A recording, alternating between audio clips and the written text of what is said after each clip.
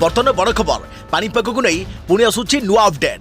दक्षिण ओडिशा उपर केन्द्रीभूत लघुचाप पश्चिम दिगरे गति करी दक्षिण छत्तीसगढ़ आड़ को गति करुछे। फल आहरी आसंता 5 दिन पर्यंत प्रबल बर्षिब। सेपटे सतर्रे आसूची आउ एक लघुचाप बार्ता नहीं बढ़ुची भय। एसबू जिला को हाई अलर्ट जारी कला पानीपाग विभाग।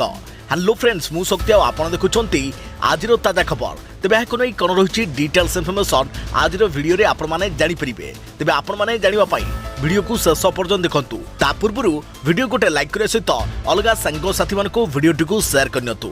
जदि फ्रेंड्स आपण माने हमर ए चैनल ले नुआ ही वीडियो देखुछंती पूर्वरु केबे भी हमर ए चैनल को सब्सक्राइब करनाती तेबे निहाती चैनल को सब्सक्राइब करे सहित पाखरे आस्तुवा बेल आइकन को बजाय रखतांतु।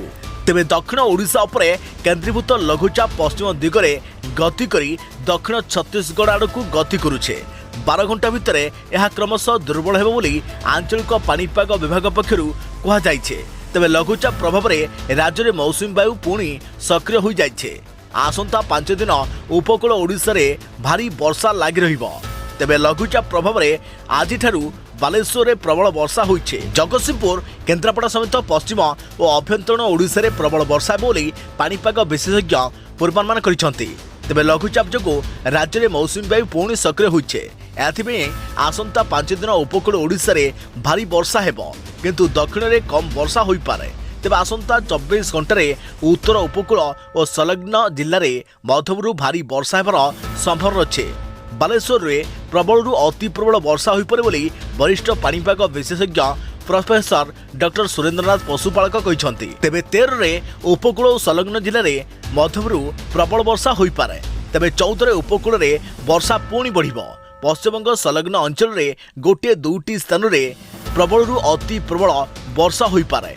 तेबे 15 रे अभ्यंतरण उपकूल और संलग्न जिले में वर्षा लागि रहिबो बोली डॉक्टर पशुपालक कहते। तेबे आसंता 72 घंटा भितर उत्तर उपकूल और संलग्न जिले में 60 रु 100 मिलीमीटर वर्षा हो पारे।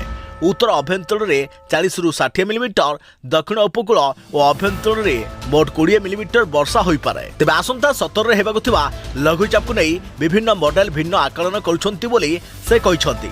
सेपटे आंचलिक पानीपाग विज्ञान केन्द्र पूर्वानुमान कहूछि मौसुमी सक्रिय होगा जो गत 24 घंटे स्वाभाविक 270% अधिक वर्षा होइछे। 13 और 14 तारिख में विभिन्न स्थान में भारी वर्षा हेबो। 13 रे पश्चिम और अभ्यंतरण ओडिशार विभिन्न जिले में किछि स्थान में प्रबल वर्षा होई पारे। एथिसो येलो वार्निंग जारी कर जाइछे। तेबे 14 तारिख जाए राज्य में समुद्र अशांत रहिबो।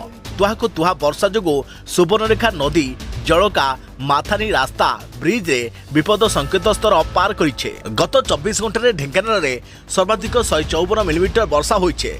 बालेश्वर रे 142.8, कोरापुट जिला कोठपाड़ रे 106, बालेश्वर रे 101, कटक बांकी रे 98, मयूरभंज बालीमुंडा रे 94 मिलीमीटर वर्षा होइछे। सेपरि रविवार सकाळु संध्या भितर बलांगीर रे सर्वाधिक 58.4 मिलीमीटर वर्षा रेकर्ड होइछे। चांदवाली रे 36.9, पारादीप रे 28.3, भुवनेश्वर रे 25.4, मालकानी रे 18.2, तालचेर रे 18 और दारिंगबाड़ी रे 16 मिलीमीटर वर्षा होइछे। तबे एथरा बर्तमान बड़ खबर पानीपाग को नहीं आगो को नुआ अपडेट पई आम चैनल सहित जोड़ी रहंतु।